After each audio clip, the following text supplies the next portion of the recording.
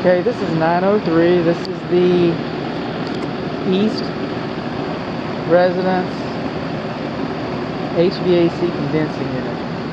You can see that it's not level. This is the electric service disconnect right here. It should have been sealed on 3 sides, like the electric meter should have been sealed.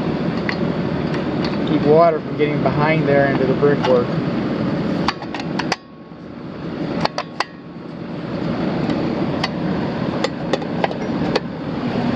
Okay, we can see that it's not level. We can see that the coils are dirty. One thing we cannot see is I haven't found a manufacturer's data plate. Okay, so I don't know what size this is. I don't know what year it is. I know that it's over 14 years old. It's exceeded its economic life. I know that it most likely runs on R22 refrigerant, which has become obsolete. We're missing insulation. We're on a low pressure refrigerant line, and we do not have anti-theft Schrader valve caps. So those are also clear with the 410 system.